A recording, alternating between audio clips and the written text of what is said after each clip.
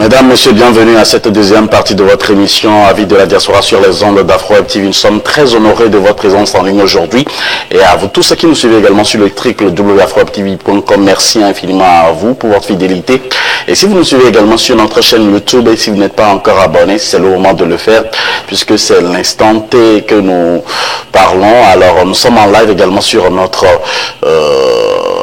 chaîne YouTube et sur Afro-Web TV. Nous abordons donc la seconde partie de cette émission Avis de la diaspora de ce jour concernant donc la rencontre du président Macky Sall avec son homologue Vladimir Poutine. Le président en exercice de l'Union africaine, Macky Sall, le président de l'Union africaine et chef de l'État donc sénégalais, Macky Sall a déclaré vendredi dernier être rassuré de sa rencontre avec Sochi et avec son homologue russe Vladimir Poutine, avec qui il a évoqué les craintes de la crise alimentaire du fait de l'offensive russe en Ukraine.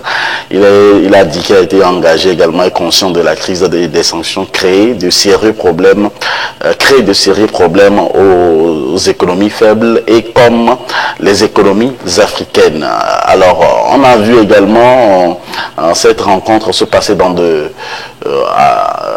bonnes conditions. Monsieur Klasiokou Toglo, je reviens à vous pour vous demander maintenant votre premier point de vue par rapport à cette rencontre du président en exercice de l'Union africaine avec Vladimir Poutine.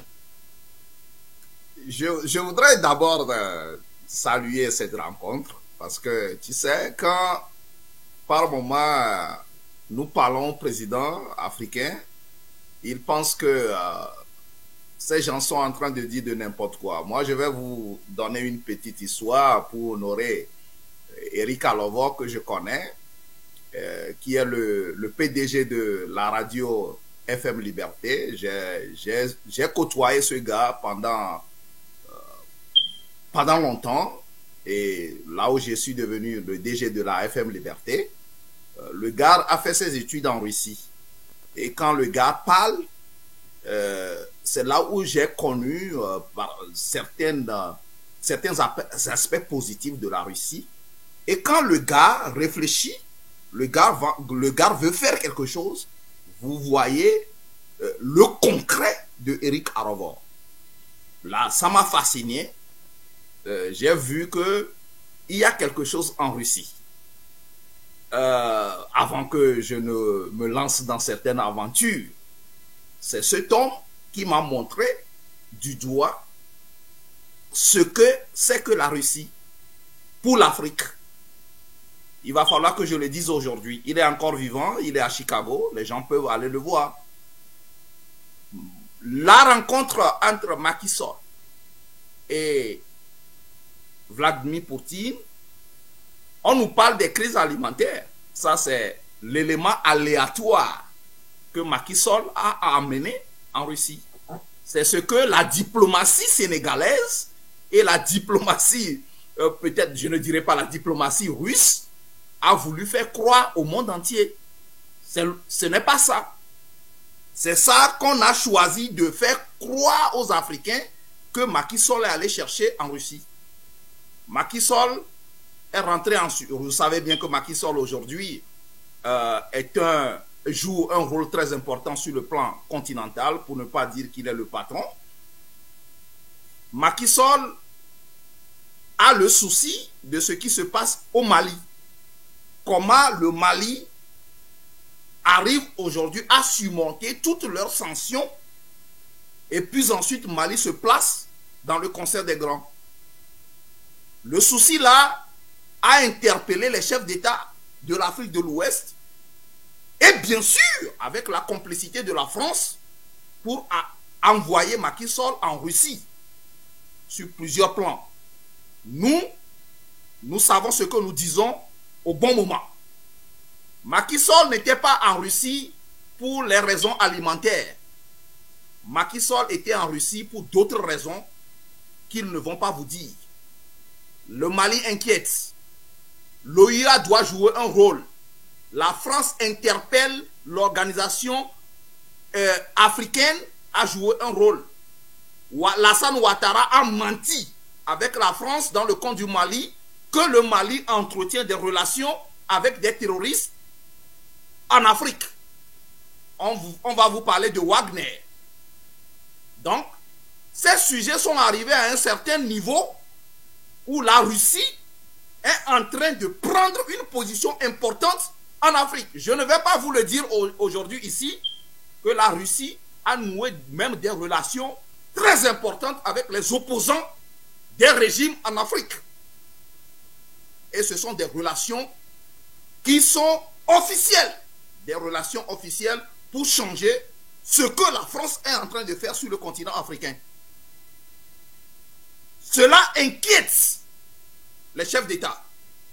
Et puis ensuite, dans leurs réunions secrètes, et en accord, bien sûr, vous ne restez pas sans savoir que Macky Sall, au moment où l'Europe et les États-Unis sont en train de sanctionner la Russie, Macky Sall, qui est un fils de la France, ne peut pas se rendre en Russie pour des raisons alimentaires sans l'accord de la France. Macky Sall est allé en Russie pour fouiller certaines choses. Je vais vous donner un aspect palpable. Vous avez vu là où le président de la Russie a reçu Macky Sall. Il ne l'a pas reçu chez lui, à sa présidence. C'est parce que le président russe connaît ou bien a vu les éléments essentiels de sa visite. Parce qu'il y a des gens qui sont sur le territoire. Personne ne va plus tromper le monde. Nous voulons la diversité en Afrique et que les chefs d'État arrêtent leur mandat 3, 4, 5 bêtes qui ne développent pas l'Afrique. La jeunesse africaine veut l'industrialisation de l'Afrique, la protection de nos continents, de nos pays, pour que le continent puisse propulser. Les chefs d'État ont d'autres idées en collaboration avec la France. Macky Sall croit qu'on l'a reçu en pompe. Non, la Russie a toutes les informations sur sa visite. C'est quelque chose que nous pouvons saluer parce qu'au moins, lui, il a pris le courage sur ses pairs, sur l'instruction de ses pairs pour y aller et avoir l'information officielle sur le Mali, que le Mali n'entretient pas des relations avec une organisation rebelle en Afrique. C'est là l'élément principal de la visite de Macky Sall en Russie. Et on lui a confirmé que le Mali a des relations avec la Russie. Et que la Russie est ouverte à tous les pays de l'Afrique sur tous les plans. Il peut glisser ses raisons alimentaires et la Russie aussi va l'aider. Mais Macky Sall, dans leur diplomatie, pour pouvoir atténuer ce qui se fait sur le continent africain, il ne pourra pas réussir parce que la porte est fermée avec la clé. S'ils veulent, ils changent et que la jeunesse africaine aujourd'hui a la Russie derrière elle pour pouvoir changer les choses, ou bien ils refusent et la révolution continue. Maintenant, aujourd'hui, Macky Sall a la version officielle pour rendre compte à Ouattara à leur conférence qui se tient à 16 h que la Russie n'entretient pas des relations avec des organisations terroristes. On l'a envoyé, il est allé prendre l'information officielle et rendre compte à Alassane Ouattara pour qu'il puisse changer des idées et pour qu'on puisse lever des sanctions sur le Mali, pour que le Mali puisse continuer dans la diversité des partenaires pour le développement de son pays et le continent africain. C'est ce que Macky Sall est allé faire en Russie. Je m'arrête là-bas. Merci, M. Classio. Alors, M. Alès, dites-nous, est-ce que l'objectif de Macky Sall a été atteint lors de sa rencontre avec le président Vladimir Poutine? Merci, Moïse. Avouer subitement que l'objectif de Macky Sall est atteint lors de sa rencontre avec l'autorité supérieure de Moscou, Je pense que ce n'est pas tout à fait correct. Parce que la diplomatie, Moïse, il faut la tenir avec beaucoup de pincettes. La rencontre de ces deux messieurs, ce qui m'a d'abord très étonné, c'est-à-dire la proximité de M. Poutine à celle de M. Sall, c'est cela qui m'a vraiment très marqué. Diplomatiquement, Moïse, c'est un message très fort que ces deux messieurs, en tout cas celui qui a reçu, envoie au monde entier, surtout l'Occident que nous reconnaissons aujourd'hui, qui persécute de façon très tragique tout le monde entier. Il n'y avait qu'une petite tablette, sinon une petite table ronde qui les séparait. Alors, Poutine qui reçoit le président à la peau la plus foncée, le reçoit juste de très près, alors que ses autres homologues qui ont la peau plus claire, il les reçoit avec une grande distance. Moïse, c'est un message très fort envoyé à l'Occident tout entier et un message très fort aussi envoyé à la classe politique africaine tout entière, sans exception. C'est quelque chose qui doit beaucoup interpeller les dirigeants africains. Qu'est-ce que cela signifie? Quelle est la signification exacte, ou soit quelle est l'étude que vous en faites? Simplement, ça signifie la proximité qui me lie à toi et la proximité qui me lie à toi et la proximité qui me lie à eux. Ça dit tout. Oui. Cela ne veut pas dire que, par exemple, que le président Vladimir Poutine veut toujours conquérir les terres africaines. Moïse, je ne pense pas. Il a toujours des bénéfices, monsieur Alex. Forcément, dans la diplomatie, en tout cas dans les pratiques internationales, c'est la coopération gagnant-gagnant. C'est ça qui est un signe de respect de la souveraineté de l'un et de l'autre. Mais dans les rapports de l'Afrique avec l'Occident traditionnel, nous constatons qu'en réalité c'est un rapport de maître à esclave. Que ce soit l'Occident traditionnel, je veux parler de cette communauté internationale, en rapport avec toutes les autres puissances du monde, surtout les puissances africaines, c'est un rapport de maître à esclave. Aujourd'hui, les Africains doivent vraiment profiter de cette largesse parce que ce n'est pas quelque chose qui reviendra deux fois. Étant martyrisés, étant mis sous le poids de la honte, depuis les années des indépendances, Moïse, nous ne pouvons pas aujourd'hui affirmer qu'il y a un pays occidental qui a vraiment donné son affinité à être vraiment très proche de l'Afrique comme cela. Ce que nous sommes en train de découvrir, Moïse, ce n'est pas quelque chose à confirmer que la Russie veut conquérir l'Afrique. Non. Je pense plutôt que la Russie veut profiter de son alliance avec l'Afrique pour assurer son avenir politique et pouvoir s'imposer dans le monde à l'avenir. Parce que voyons qu'aujourd'hui, il y a une partie de la Russie qui est en Europe et une partie de la Russie qui est en Asie. C'est un pays aussi qui peut jouer sur les deux situations de sa géographie.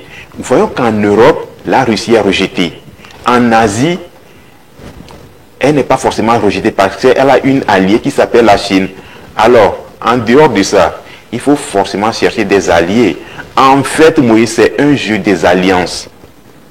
On va revenir par rapport au jeu des alliances, mais en attendant, on va recevoir cet auditeur, ce téléspectateur qui toujours est en ligne avec nous, Monsieur Baye, et qui revient toujours pour nous donner son point de vue par rapport à l'actualité concernant donc la rencontre de Macky Sall avec Vladimir Poutine. Monsieur Baye, allez-y. Ok,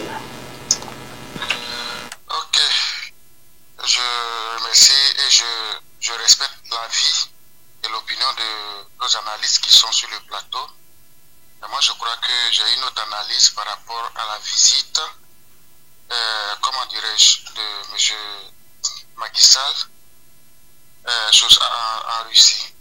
D'abord, partons du fait que depuis le vote à l'ONU, on a vu la position de l'Afrique à travers l'Union africaine représentée par M. Macky Sall.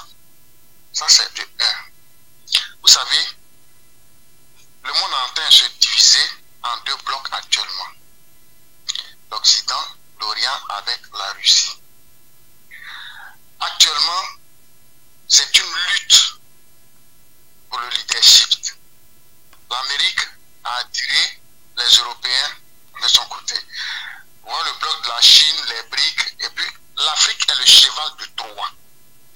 Et vous n'êtes sans savoir que depuis un certain moment donné, la star sur toutes les chaînes télé, c'est Volodymyr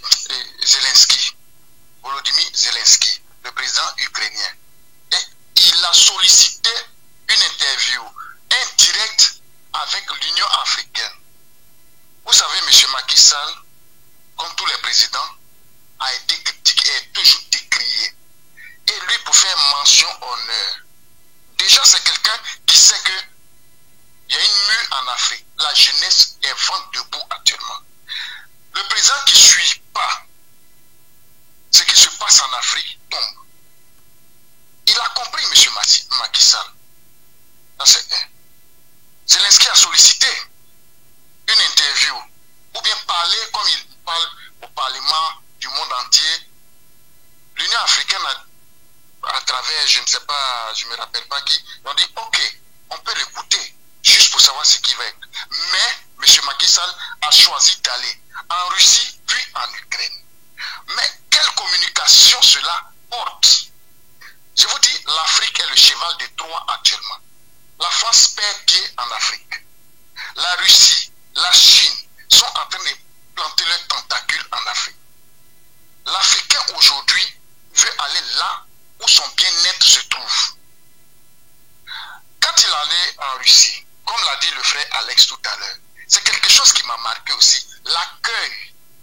Le président Macron même a été reçu à 4 mètres de distance. Et qu'est-ce que Poutine a fait? Il a dit, je suis plus proche des Africains. Qui est Macky Sall? Le président de l'Union africaine en existe actuellement. Dit qu'à travers ce petit geste, c'est pour dire qu'il est près de l'Afrique. Il est le plus proche même de l'Afrique.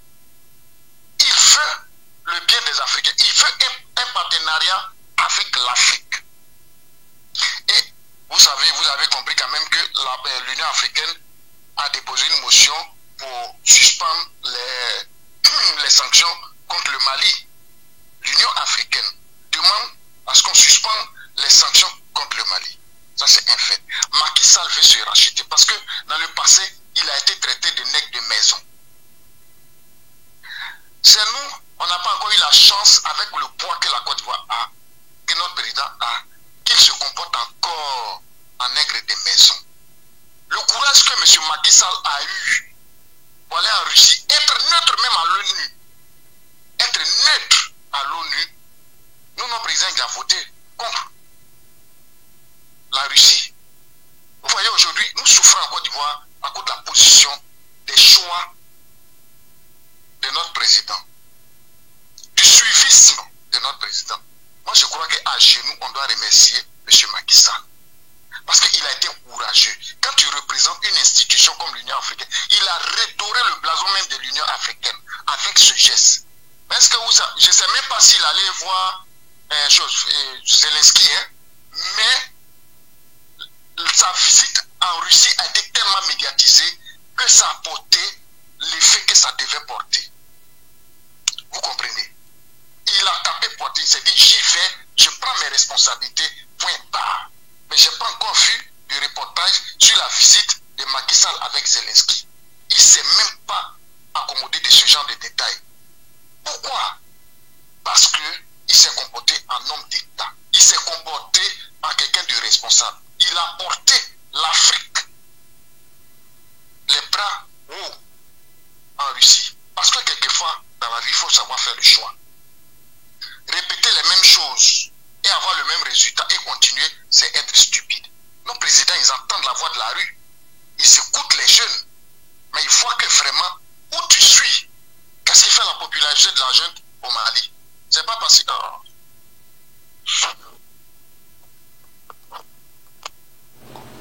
Oui, allô? Il y a encore M. Baye qui est parti, qui a un petit problème de connexion. Alors, merci infiniment à tous d'être avec nous pour cette seconde partie qui concerne véritablement la rencontre du président Macky Sall avec Vladimir Poutine. Terminé, vous avez encore... Oui. On vous comprend, mais vous avez encore 30 secondes pour terminer votre intervention, M. Baye. Oui, oui, je vais terminer en 30 secondes. C'est pour dire à mes frères qui sont là que vraiment le message que Macky Sall, ou bien l'image que Vladimir a donnée avec M. Macky Sall, c'est une image forte. C'est une image forte pour dire que vraiment, à partir de maintenant, nos présidents aussi peuvent décider. Nous sommes plus sous le joug de la colonisation comme auparavant. Les gens commencent à s'affranchir un à un. Mais si ce n'est pas trop palpable, mais quand même, il y a des signes qui ne sont pas trompeurs. Parce que toutes les chancelleries, tous les parlements ont reçu, même Davos ont reçu Zelensky. Mais jusqu'à présent, aucune institution africaine n'a encore chose parlé avec Zelensky. Ils sont allés parler en Russie. Et c'est très, très, très important. Merci. Je le félicite pour ça. Merci, M. Baye, de nous avoir appelés. Alors, M. Klasso-Koutoglo, quels sont les enjeux de cette rencontre entre, on dirait que c'est l'Afrique qui rencontre encore une fois la Russie? Vous savez, je voudrais même voter pour notre compatriote ivoirien, de venir de temps en temps avec nous ici. Pourquoi pas sur... je vote pour lui. C'est quelqu'un qui fait une analyse très fine. Il faut reconnaître quelqu'un s'il est bon. Mon frère, je l'ai dit tout à l'heure que Macky Sall, après tout, il faut le saluer pour son courage d'aller en Russie. Et je l'ai dit, on ne l'a pas reçu à la présidence. On l'a reçu quelque part, c'est-à-dire personnel, privé. Ok? Cela veut dire que ce que la jeunesse africaine est en train de dire est palpable. Il est allé prendre l'information officielle pour dire que tisser une relation avec la Russie n'est pas tisser une relation avec Wagner comme Macron, la France et Ouattara veulent le dire. Pour rendre compte à l'Union, à la CEDEAO, Macky Sall est à la CEDEAO, pour que certaines pagailles cessent, s'arrêtent. Maintenant, l'Afrique doit se positionner. L'Afrique ne doit pas dormir debout derrière la France paresseuse. Il faut maintenant que des démarches se font. Et la diplomatie doit jouer. Je disais tantôt que Macky Sall ne peut pas se rendre en Russie au moment où les sanctions pleuvent. C'est-à-dire les Américains et les Européens sont en train d'envoyer leurs sanctions qui n'ont pas d'effet d'ailleurs sur la Russie. Et que Macky Sall peut se lever comme ça pour aller en Russie. C'est qu'il y a un enjeu.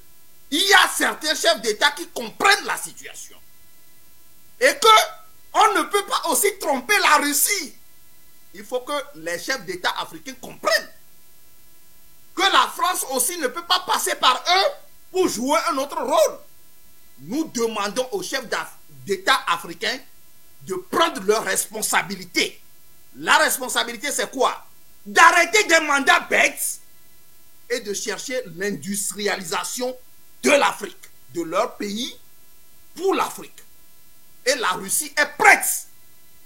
La Russie a donné les voix à tout le monde. Les États-Unis ne nous ont pas fait cela.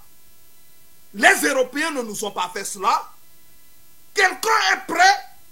Il faut le prendre tout de suite pour pouvoir essayer de faire quelque chose. Les autres vont suivre. C'est ça que le MBA, la diversification, donne. Ils vont venir vers nous.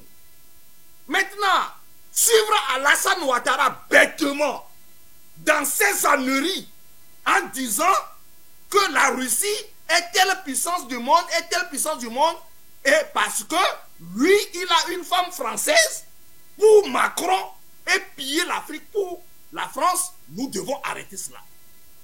Moi, je l'ai dit à qui de droit au Togo, qu'aujourd'hui, si Faure Gnassingbé dit oui, que 3 mandats, 4 mandats, c'est bête, et il faut l'éliminer, et puis ensuite chercher à partir, et puis ensuite lancer le pays sur un chemin normal, nous tous, nous allons le soutenir. Parce que nous sommes dans les pays développés.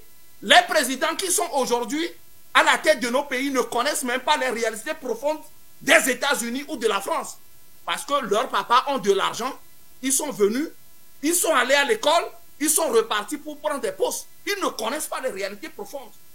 C'est nous qui souffrons jusqu'à arriver à un moment qui connaissons les réalités.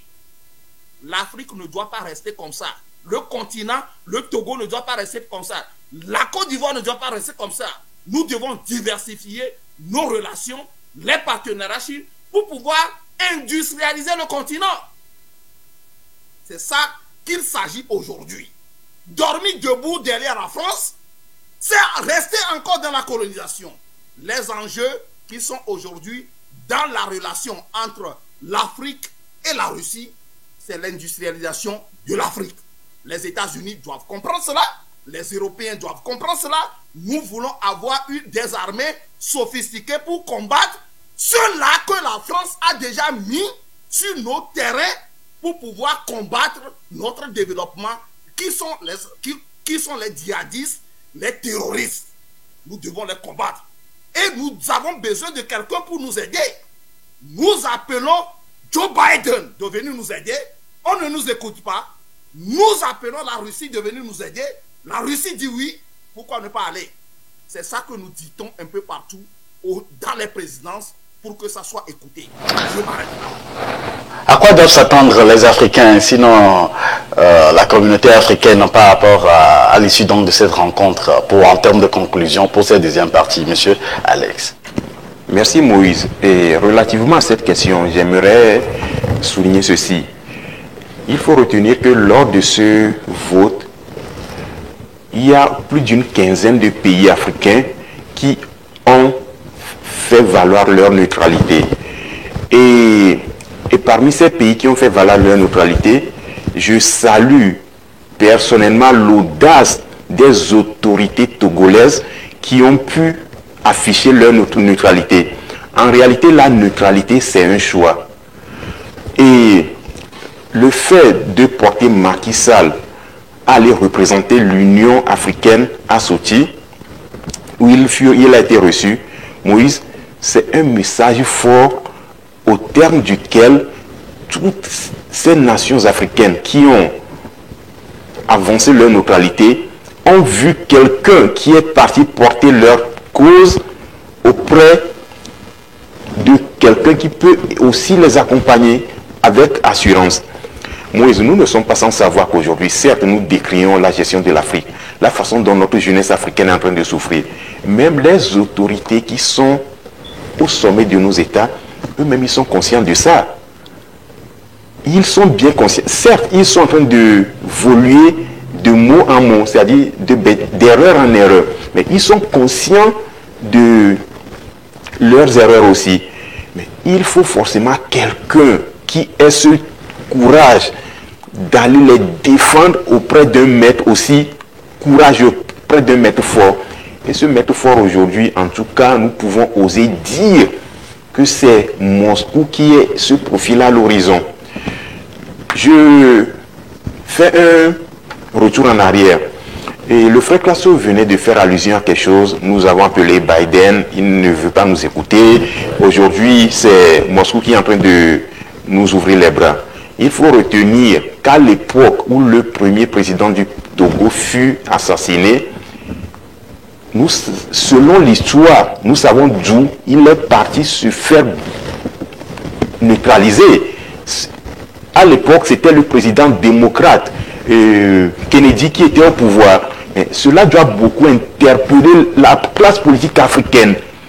L'Occident, dans sa politique, c'est détruire jusqu'aux racines, jusqu'à la moelle opinière et jusqu'au dernier gène, là où il trouve son pain quotidien.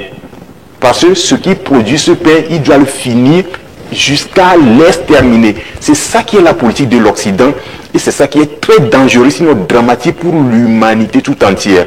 Si aujourd'hui l'Afrique parvient à relever la tête haute, l'humanité est sauvée. Mais si jamais l'Afrique fléchit en ce 21e siècle, eh bien, l'équilibre de l'humanité tout entière sera déséquilibré. Fin donc de cette deuxième partie. Monsieur Classio Koutoglo, encore 1 minute pour votre conclusion. 1 minute pour la conclusion. Nous demandons aux chefs d'État africains de prendre conscience de la réalité. Ce qu'on nous dit publiquement sur les médias, les Occidentaux et leurs branches nous disent ce sont des faussetés. Les Africains doivent avoir leur identité. Et nous plaçons nos confiances en eux pour chercher cette identité. Mali a montré la voie. Respectons le Mali. Acceptons la diversité pour que nous puissions sortir de cette ornière. La France ne fera rien au continent africain. Encore moins aux pays francophones d'Afrique. La France est un pays paresseux. Et il faut se démarquer de cela. Si nous avons besoin de lui, ou bien d'eux, nous allons prendre ce que nous voulons. Diversifions les relations et prenons la Russie au centre, en Afrique, pour que nous puissions aller de l'avant. Merci, M. Classio, pour votre conclusion. Je vais encore donner 1 minute pour à M. Alex pour votre conclusion. Moïse, je suis tellement très surpris par la semaine dernière de constater un fait très prépondérant dans la politique africaine, dans l'actualité africaine. La France est décriée et critiquée dans toute l'Afrique francophone. Mais nous ne sommes pas sans savoir que la semaine passée ou surpassée, M. Julius Malema était parti devant l'ambassade de la France en Afrique du Sud, faire sortir le diplomate, l'ambassadeur, contre son gré. Parce qu'il était là-bas avec sa foule qui scandait les haines, qui dénonçait plutôt les malversations de la France en Afrique, et précisément où en Afrique de l'Ouest. Moïse, doit-on rester pour que les pays anglophones viennent défendre notre cause, du moment où c'est nous-mêmes qui subissons? C'est la preuve qu'en réalité, la France nous a tellement intimidés que nous n'avons pas vraiment cette audace de revendiquer nos droits. Si vous avez le temps, je vous invite à aller voir ce qui s'est passé devant l'ambassade de France en Afrique du Sud avec le Julius Malema. C'est un signe aussi annonciateur de beaucoup de choses.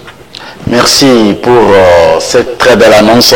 On va aller à l'information, sinon nous irons à l'information pour également donc apporter de la bonne nouvelle à tous les téléspectateurs d'Afro TV. Fin de cette deuxième partie.